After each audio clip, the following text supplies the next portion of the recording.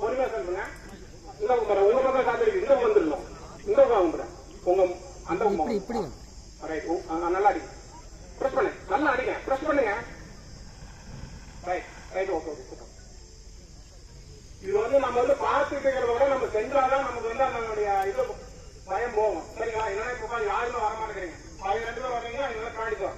இது வந்து தீ விபத்து வந்து இங்க நம்ம பஸ்ல மட்டும் இல்ல, நீங்க எங்க எந்த இடத்துக்கு போனா, ஒரு மாலோ திரையரங்கோ எந்த இடத்துக்கு போனா அந்த இடத்துல ஒரு விபத்து ஏற்படுத்தினா உடனே நீங்க ஃபயர் சர்வீஸ் கிடைச்சா உடனே இடத்துல பக்கத்துல பெட்ரோல் போங்க, ஏதோ ஒரு கம்பெனியில இருக்கும், அந்த இடத்துக்கு எடுத்தோம்னா அந்த ஒரு ஃபயரை வந்து அடிச்சீங்கன்னா ஒரு மிகப்பெரிய நீங்க வந்து சாதனை நீங்க தான்.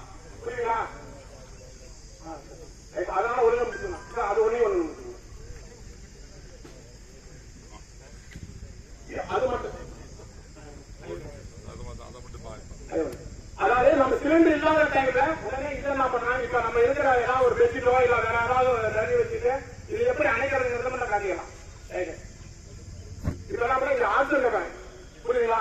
இதுதான் வந்து மெத்தட். கப்பல் ஏதாவது ஒரு பெட்ஷீட் இது தண்ணி நினைச்சா என்ன அந்த காற்றோட்டம் போகாத சுருக்கிறது. அதனால அதாவது தீ விபத்துலாம் எப்படி ஏற்பட்டால் உடனே எப்படி கையாளுவதற்காக இந்த காலேஜுக்கு சொல்லிக்கலாம் விழிப்புணர்வு வச்சு பாதுகாப்பான பயணம் செஞ்சு பள்ளிக்கூடங்களில் பாதுகாப்பு எங்களுக்கு வாய்ப்பு கொடுத்த வட்டார போக்குவரத்தாளர்களுக்கும் ஓட்டாட்சியர்களுக்கும் துறை கண்காணிகளுக்கும் வாய்ப்பு நன்றி எடுத்துள்ளேன். நன்றி, வணக்கம். இதே பள்ளி மைதானத்திலே வந்து நம்ம என்ன பண்றோம்னா, பேருந்து ஏதாவது தீ விபத்து ஏற்பட்டாலும் திடீரென்று ஏதாவது ஒரு அவசரத்தில் ஏதாவது விபத்து ஏற்பட்டால் எவ்வாறு நம்ம கையாளுவது என்பது ஒவ்வொரு முறையும் நம்ம இந்த இதில் செயல்படுத்தி வருகிறோம். அதனால ஒரு இப்ப வந்து நம்ம எப்படின்னா ஃபயர் எக்ஸ்டிங்விஷர் எல்லாத்தையும் இருக்குது, ஆனா அது எப்படி பயன்படுத்தணும் எல்லாத்தையும் தெரியும். அதுக்கு இருந்தாலும் ஒரு சிலர் வந்து தெரியாது. யாராவது அது எப்படி யூஸ் பண்ணி தெரியுங்களா? நம்ப அதை எடுங்க, யாராவது ஒரு ஓட்டுநருக்கு வந்து சொல்லுங்க பார்க்கலாம். ஏன்னா நம்ம எல்லா ஸ்கூலுக்கும் நம்ம சொல்லி இருக்கிறோம். ஏன்னா அப்பப்போ ஓட்டுநர் மட்டும் மாறிக்கீங்க, அது தெரிஞ்சு சொல்லுங்க பார்க்கலாம். யாராவது வாங்க, கொஞ்சம் அப்படியே கேப் யாரோ ஒருத்தர் சொல்லுங்க, என்ன பண்ணி அது பண்ணி சொல்லணுங்க. ஏன்னா நாங்க சொல்றத விட நீங்க தெரிஞ்சுக்காக எல்லாம் தெரிஞ்சுக்கோங்க. ஃபர்ஸ்ட் என்ன பண்ணுங்க, எடுத்துக்கணுங்க. இந்த பின்ன ரிலீஸ் பண்ணணும்.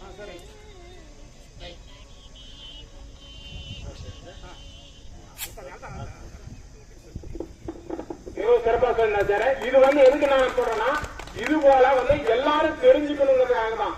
ஏன்னா இது வந்து தீயணைப்பு வந்து எல்லா வண்டியிலும் இருக்குது. ஆனா இருந்தாலும் நம்ம அதை எப்படி பயன்படுத்துறதுக்கு நமக்கு கூட்டு யாருமே வர மாட்டேங்கிறீங்க. எல்லாரும் நான் வரது தெரிஞ்சாதான் பரவாயில்ல, வேற இடத்துல. புரியுங்களா? அதோட சின்னதா வச்சு இப்ப இதுல வந்து என்னன்னா, அதிகப்படியாக இந்த ஃபயர் எக்ஸ்டிங்விஷர் இருக்கிறத வச்சுக்காங்க.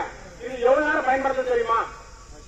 அதிகப்படியாக வந்து பாத்தீங்கன்னா ஒரு 1/2 நிமிஷம் தான் வேலை செய்ய முடியும்.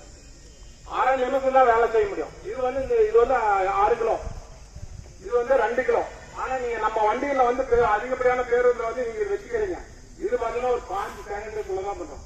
ஆனா இருந்தாலும் இதுல வந்து சரியான முறையில அந்த ஃபயர் எவ்வளவு ஆகுது அந்த இடத்துல பண்ணாதான் நம்ம ஃபயர் அணிக்க முடியும். இது இருந்தாலும் நம்ம வந்து பயன்படுத்தி சரியான முறையில் நம்ம கையாளலாம். அந்த ஃபயரை அதிகரிக்கும், சிறியிலிருந்து பயன்படுத்தாத மாதிரி ஆயிடும்.